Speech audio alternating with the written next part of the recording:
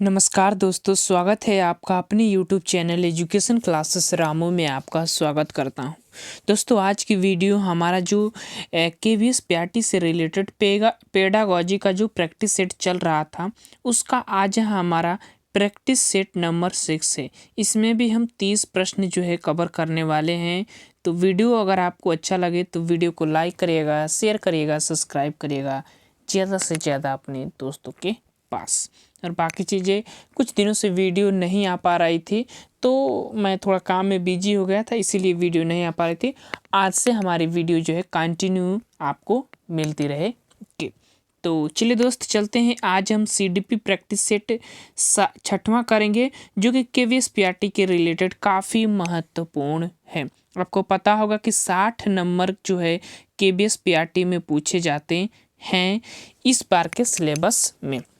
तो चलिए, आज का हमारा प्रश्न नंबर पहला है कि बालक के व्यवहार के निर्धारण के विषय में निम्न में से वह व्यवहार कौन सा है जो न्यूनतम रूप से सत्य प्रतीत होता है। बालक के व्यवहार से रिलेटेड बात रही है, जो न्यूनतम को प्रदर्शित कर रहा है वही आपको बताना है। ऑप्शन ए है, जब बालक के सम्मुख अनेक लक्ष्य होते हैं तो उसमें कुछ अधिक प्रभावी होते हैं, उनमें से कुछ अधिक प्रभावी होते हैं। ऑप्शन बी है कि शारीरिक आवश्यकताओं से उत्पन्न आवश्यकताएं व्यवहार को अधिक प्रभावित करती है। और सी ऑप्शन है कि उद्देश्य परकता व्यवहार के निर्धारण में प्रसन्नता के प्रेरकों से अधिक प्रभावी मानी जाती है। और ऑप्शन डी है कि यदि प्रत्येक बालक सुनिश्चित व्यवहार प्रदर्शित की स्थिति में अपनी आवश्यकताओं की संतुष्टि हेतु अधिकाधिक प्रयास करता है। तो इसमें हमारा जो विकल्प सही हो जाएगा वो होगा ऑप्शन नंबर डी, जो देखिए न्यूनतम की बात कर रहा है कि न्यूनतम सत्य प्रतीत हो रहा है बालक के व्यवहार के निर्धारण के विषय में। तो वो हमारा विकल्प जो है डी वाला विकल्प न्यूनतम प्रदर्शित कर रहा है। बाकी प्रेरक अधिक प्रभावी माने जाते हैं, सही बात है, जरूरी है, और अधिक प्रभावी होते हैं। शारीरिक अवस्थाओं से उत्पन्न आवश्यकताएं व्यवहार को अधिक प्रभावित करते हैं, ये भी चीज़ सत्य है, सही बात है। और ये पहला ऑप्शन तो सही हो जाएगा। तो ऑप्शन नंबर डी वाला विकल्प जो है कम की बात कर रहा है, जो कि कम सत्य प्रतीत हो रहा है, वो डी वाला ऑप्शन हो जाएगा। प्रश्न नंबर दूसरा है कि बाल विकास का निर्धारण करने के लिए आवश्यक तत्व कौन कौन से। ऑप्शन ए है बालक की अनुवांशिकी संरचना द्वारा। ऑप्शन बी है बालक की अनुवांशिकी तथा वातावरण दोनों की जटिल संरचना के द्वारा। ऑप्शन सी है बालक संबंधी वातावरणीय दबावों द्वारा जिन पर शिक्षक का कोई नियंत्रण नहीं होता है। और ऑप्शन डी है बालक संबंधी उन वातावरणीय दबावों द्वारा जो विद्यालय द्वारा नियंत्रित किया जा सकता है। तो बाल विकास का निर्धारण के लिए आवश्यक तत्व कौन सा है वो आपको बताना है, और इसमें हमारा बी वाला विकल्प सही हो जाएगा। अनुवांशिकी और वातावरण, ये ही दोनों का ही कार्य होता है अगर बालक के विकास का निर्धारण करता है। तो बी वाला विकल्प हमारा सही हो जाएगा। मोस्ट ऑप्शन बी वाला हमारा सही हो जाएगा। प्रश्न नंबर तीसरा है कि बालकों में कल्पनाशील चिंतन का मुख्य आधार है। क्या आधार है जो कल्पनाशील चिंतन को प्रदर्शित करता है। ऑप्शन ए है विचारों का संगठन करने में। ऑप्शन बी है कल्पनाशीलता का विकास करने के लिए एक यंत्र के रूप में। ऑप्शन सी है सामाजिक संप्रेषण को विकसित करने के यंत्र के रूप में। और डी है बालकों द्वारा यथार्थ सममत तर्क विकसित करने में। प्रश्न नंबर तीसरा का हमारा जो विकल्प सही होगा वो होगा कौन सा विकल्प, तो डी वाला। देखिए यहाँ पर ये चीज़ दिया गया कि यथार्थ सममत तर्क विकसित करने में। और कल्पना चिंतन का अर्थ यह है कि आप किसी भी चीज़ को, किसी भी बात पर आप तर्क प्रस्तुत कर सकते हैं। तो ऐसे जुड़कर आप डी वाले विकल्प के साथ जाइएगा। बहुत अच्छे अच्छे प्रश्न आप लोगों के लिए ये हैं। प्रश्न नंबर चौथा है कि बालक की जैवी अवस्था का वर्णन करते समय वह घटक जिसे महत्व प्रदान करना आवश्यक नहीं है। कौन से घटक को महत्व प्रदान करना आवश्यक नहीं है वो आपको बताना है बालकों के जैविक अवस्था का वर्णन करते समय। ऑप्शन ए है ऊंचाइयों को, ऑप्शन बी है दंत वृद्धि को, ऑप्शन सी है शारीरिक शक्ति को, और ऑप्शन डी है वाचन योग्यता को। किसको आप ज़्यादा महत्वपूर्ण आवश्यक नहीं मानेंगे, इसमें से आपको बताना है प्रश्न नंबर 4 का। और वो हमारा विकल्प हो जाएगा, वो होगा सी वाला विकल्प चौथा का, और शारीरिक शक्ति को। इसको हम जैविक अवस्था का वर्णन करते समय, अब देखिए जैविक अवस्था में शारीरिक शक्ति नहीं आता है, दंत वृद्धि, ऊर्जा वृद्धि, वाचन योग्यता, ये सभी आ जाएगा। सी वाला विकल्प हमारा जो है सही हो जाएगा। आगे चलते हैं प्रश्न नंबर 5वां का। निम्न में से एक शिक्षक के लिए अपनी कक्षा में अनुशासन बनाए रखने के लिए क्या आवश्यक है? ऑप्शन ए है बालकों के प्रति हमेशा कठोर व्यवहार करना। ऑप्शन बी है बालकों की इच्छा के अनुरूप कार्य करना। ऑप्शन सी है बालकों के साथ विनम्र रहना किंतु दृढ़ भी रहना। और डी है हमेशा बालकों की जिद को पूरा करना। किस विकल्प के साथ आप जाएंगे अगर आप एक कक्षा में अनुशासन बनाए रखने के लिए आवश्यक मानते हैं? तो 5वां का हमारा विकल्प सी वाला विकल्प सही हो जाएगा कि बालकों के साथ विनम्र रहना किंतु दृढ़ भी व्यवहार प्रदर्शित करना आपका ये मेन कर्तव्य होगा। अगर विनम्र रहेंगे ज़्यादातर, तब आपके बालक जो है लापरवाह हो जाते हैं, लेकिन जब आप उनके साथ विनम्रता के साथ दृढ़ व्यवहार प्रदर्शित करेंगे तो वो एक बालक को अनुशासन बनाए रखने के लिए काफ़ी महत्वपूर्ण होता है। सी वाला विकल्प हमारा सही हो जाएगा। प्रश्न नंबर 6वां है कि बालकों के में सामाजिक अनुशासन बनाए रखने हेतु सर्वश्रेष्ठ उपाय है? कौन सा सर्वश्रेष्ठ उपाय है जो सामाजिक अनुशासन बनाए रखने के लिए? ऑप्शन ए है बालकों में भय और दंड पैदा करना। ऑप्शन बी है बालकों की निंदा करना। ऑप्शन सी है बालकों में अच्छा बनने की इच्छा पैदा करना। और ऑप्शन डी है बच्चों को संस्कार देना। किस विकल्प के साथ आप जाएंगे प्रश्न नंबर 6 का? बालकों में सामाजिक अनुशासन बनाए रखने हेतु सर्वश्रेष्ठ उपाय, कौन सा हमारा विकल्प? तो सी वाला विकल्प, बालकों में अच्छा बनने की इच्छा पैदा करने से आप जो है सामाजिक अनुशासन को विकसित कर सकते हैं एक बालक के अंदर।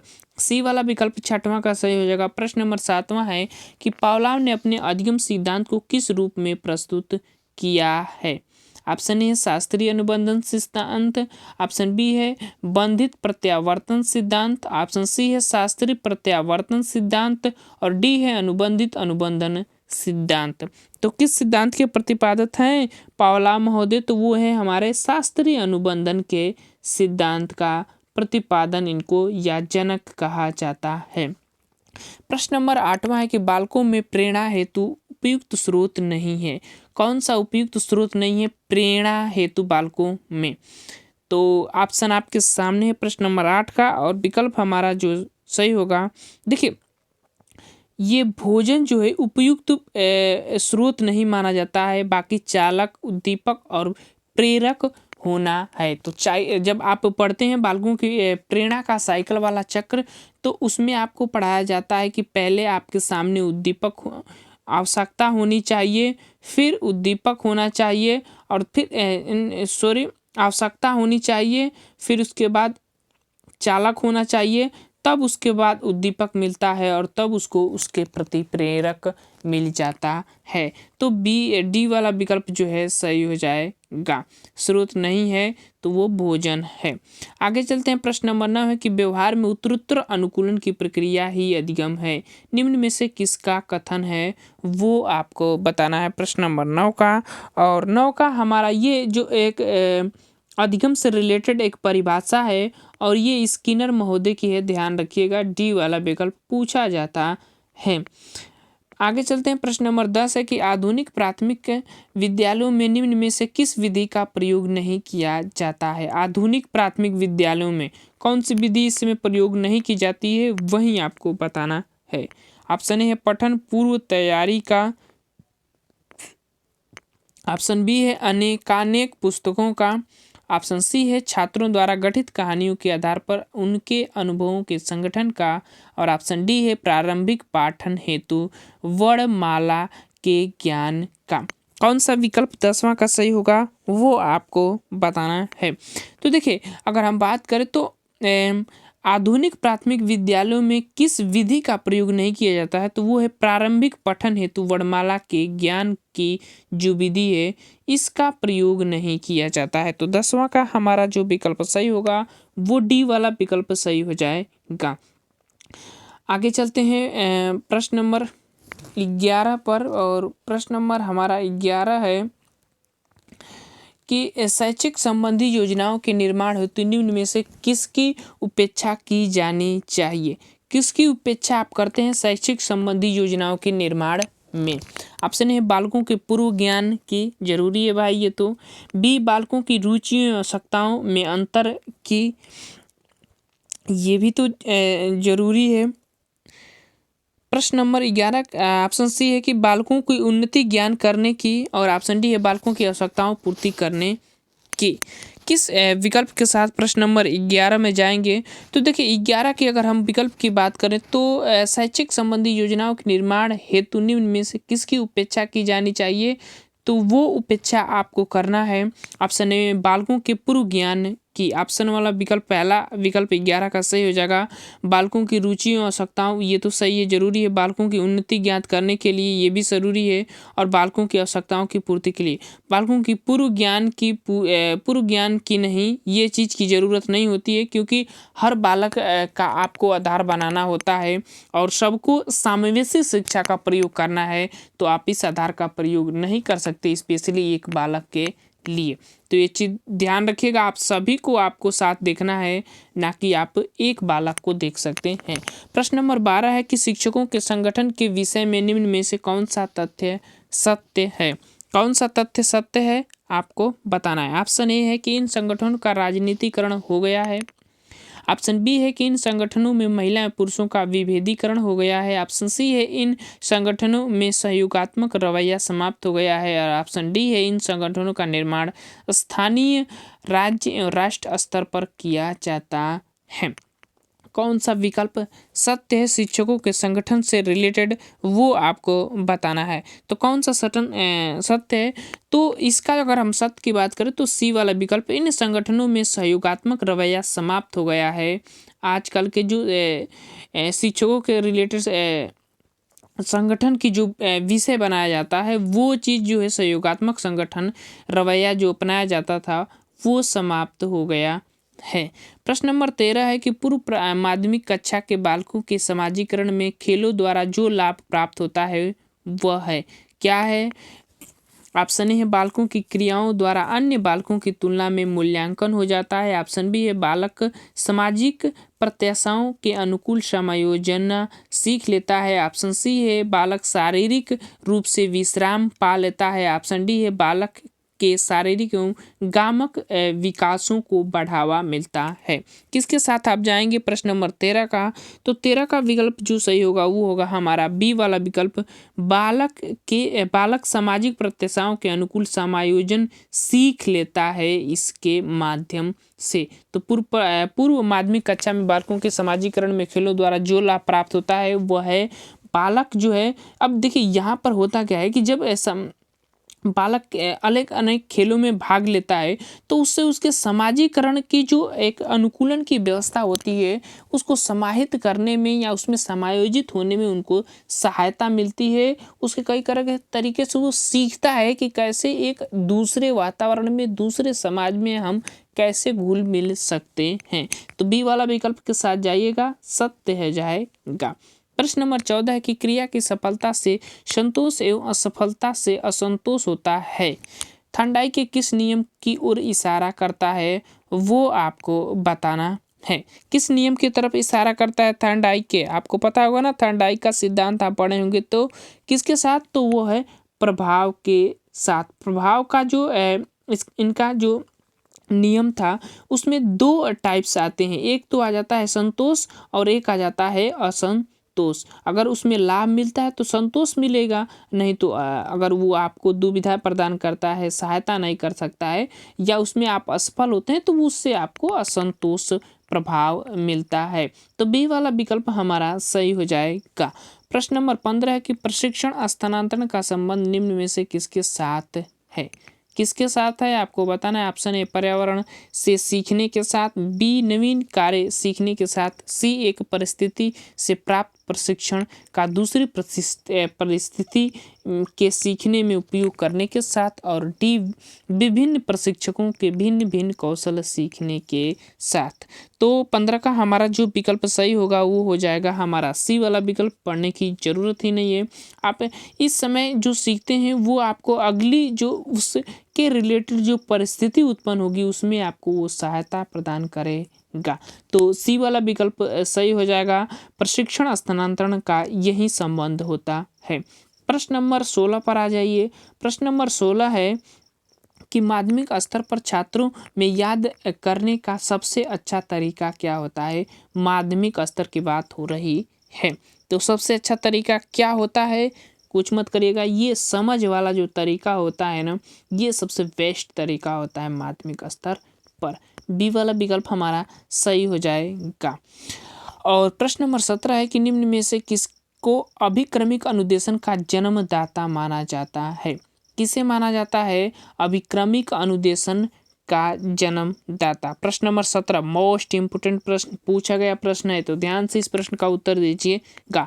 ऑपरेंट कंडीशनिंग को, क्लासिकल कंडीशनिंग को, उद्दीपक अनुक्रिया कंडीशनिंग को किसके साथ अभिक्रमिक अनुदेशन का जन्मदाता माना जाता है। अब एक चीज ध्यान रखिएगा, अभिक्रमिक अनुदेशन के जनक कौन है, स्किनर महोदय हैं, ध्यान रखिएगा। और जब स्किनर महोदय हैं तो उनका सिद्धांत कौन सा है, तो ऑपरेटिंग कंडीशनिंग जो लर्निंग थ्योरी है वो उनका सिद्धांत है। तो ध्यान रखिएगा उद्दीपक वाला किसका है, तो थॉर्नडाइक का है। क्लासिक वाला पावलाव का है। तो ऑप्शन नंबर पहला हमारा विकल्प सही हो जाएगा। प्रश्न नंबर 18 है कि सीखने के उद्दीपक अनुक्रिया सिद्धांत के परिपादक। देखिए वही चीज ये वाला चीज यहाँ पर पूछ लिया, किसके साथ जाएंगे, तो ए वाले विकल्प के साथ थॉर्नडाइक महोदय जी हमारे सही हो जाएंगे। आगे चलते हैं। प्रश्न नंबर 19 कि प्राथमिक कक्षा के बालकों में पाए जाने वाला वो सर्वोत्तम कारक है जो बालकों की मित्र भावना को स्पष्ट रूप से प्रदर्शित करता है। कौन सा कारक है भाई, आपको बताना है। सर्वोत्तम कारक जो कि बालकों की मित्र भावना को प्रदर्शित करता है, स्पष्ट रूप से प्रदर्शित करता है। ऑप्शन ए एक समान सामाजिक आर्थिक स्तर, बी बुद्धि तथा शैक्षिक उपलब्धियों में समरूपता, सी अभिभावकों के साथ मित्रता, और डी साथ साथ खेलने की भावना। तो कौन सी कारक सर्वोत्तम कारक है जो बालकों को एक दूसरे के साथ जो मित्रत्व भावना होती है उसको प्रदर्शित करने का कार्य करता है, तो वो होता है डी वाला विकल्प, साथ साथ खेलने की भावना जो है उनके मित्रत्व भाव को या भावना को स्पष्ट रूप से प्रदर्शित करने का कार्य करता है। डी वाला विकल्प हमारा सही हो जाएगा। प्रश्न नंबर 24 है कि स्पीयरमैन तथा थॉर्नडाइक द्वारा प्रतिपादित बुद्धि सिद्धांतों में पारस्परिक संबंध का स्वरूप वही है जो कि क्या है भैया। ऑप्शन ए मात्रात्मक एवं गुणात्मक पक्षों में है, ऑप्शन बी है दैहिक एवं स्नायुविक पक्षों में है, सी जन्मदाता एवं अर्जित गुणों में है, और डी सांस्कृतिक स्वतंत्र एवं सांस्कृतिक युक्त परीक्षणों में है। तो कौन सा संबंध है इन दोनों लोगों में, स्पीयरमैन और थॉर्नडाइक दोनों लोग बुद्धि के सिद्धांत एक एक दिए हैं। स्पीयरमैन द्विकारक और त्रिकारक सिद्धांत जो स्पीयरमैन का आपको पता ही होगा, और थॉर्नडाइक का भी बुद्धि से रिलेटेड सिद्धांत है। अगर इनके हम परस्पर संबंध के स्वरूपों की बात करें तो वो है एक मात्रात्मक एवं गुणात्मक पक्षों से रिलेटेड। तो ये वाला विकल्प हमारा इनका सही हो जाएगा, ध्यान रखिएगा। प्रश्न नंबर 21 आ जाते हैं कि निम्न में से वह कथन कौन सा है जो प्रेरणा से संबंधित नहीं है वही आपको बताना है। ऑप्शन ए प्रेरणा मनोव्यवहारिक क्रिया है, ऑप्शन बी इसकी उत्पत्ति का आधार आवश्यकता है, और डी प्रेरणा द्वारा प्रसूत किया क्रिया लक्ष्य प्रगति तक रहती है। कौन सा विकल्प 21 का सही होगा वो आपको बताना है। तो देखिए अगर हम प्रेरणा से संबंधित की बात करें तो तीनों विकल्प जो है नहीं हो पाएगा, तो डी वाला विकल्प जो है सही हो जाएगा। ध्यान रखिएगा डी वाला विकल्प। मनोव्यवहारिक प्रेरणा नहीं होता है, ये चीज पहले ध्यान रखिएगा। इसकी उत्पत्ति का आधार आवश्यकता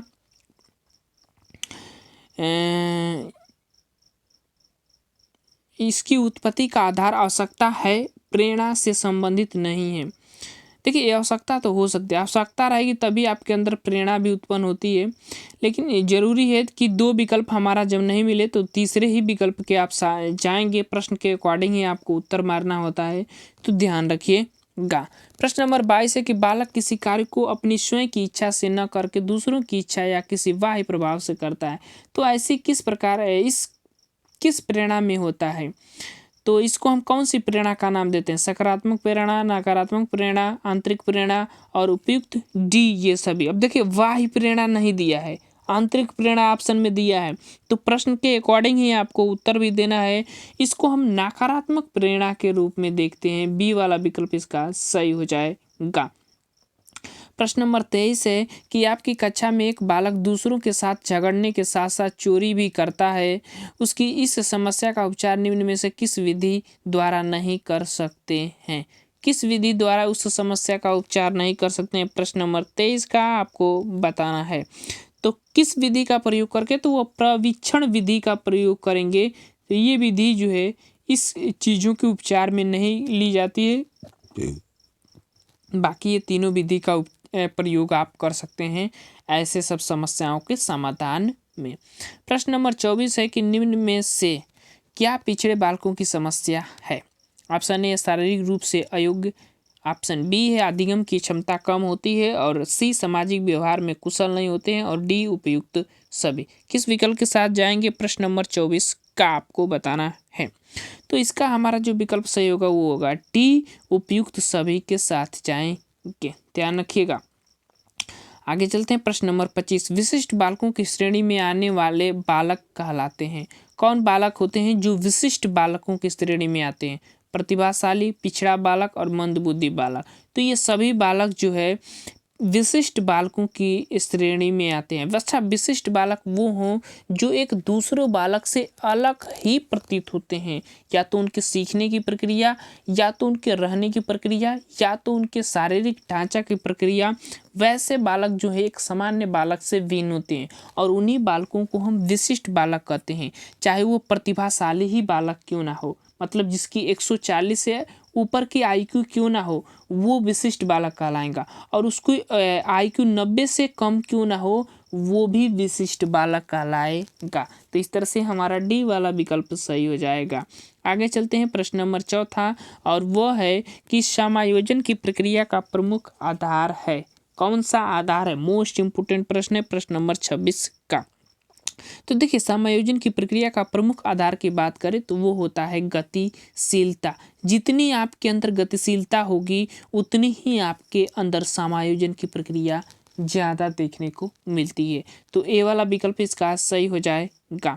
आगे चलते हैं। प्रश्न नंबर 27 और यह है कि यदि आप कक्षा 7 में पढ़ा रहे हैं, बार बार पूछने पर भी एक बालक आपके प्रश्नों का उत्तर नहीं दे रहा है, यदि उस बालक को कक्षा में ही अपमानित किया जाए तो आपकी क्या राय होगी उस समय?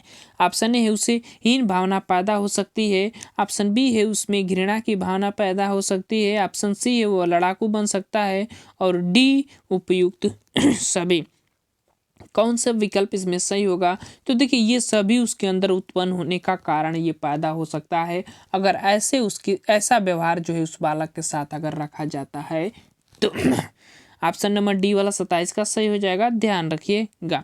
प्रश्न नंबर 28 है कि अंतर्मुखी बालक की एक मुख्य विशेषता यह है कि वह, ऑप्शन ए सभी के साथ मिलकर रहने वाला होता है, अंतर्मुखी तो ऐसा नहीं होता है, ऑप्शन बी समस्याओं को पारस्परिक रूप से समझने वाला होता है, ऑप्शन ए एकांत में विश्वास रखने वाला होता है, और डी स्वयं को यथार्थ के अनुकूल ढालने वाला होता है। प्रश्न नंबर 28 मोस्ट इंपोर्टेंट प्रश्न, और वह एकांत में विश्वास रखने वाला होता है। अंतर्मुखी होता है यानी वो मिलनसार नहीं होगा, दूसरों से मिलेगा नहीं, दूसरों से उसे मतलब नहीं रहेगा, वो खुद के बारे में ज़्यादातर सोचते हैं, वहीं अंतर्मुखी बालक कहलाते हैं।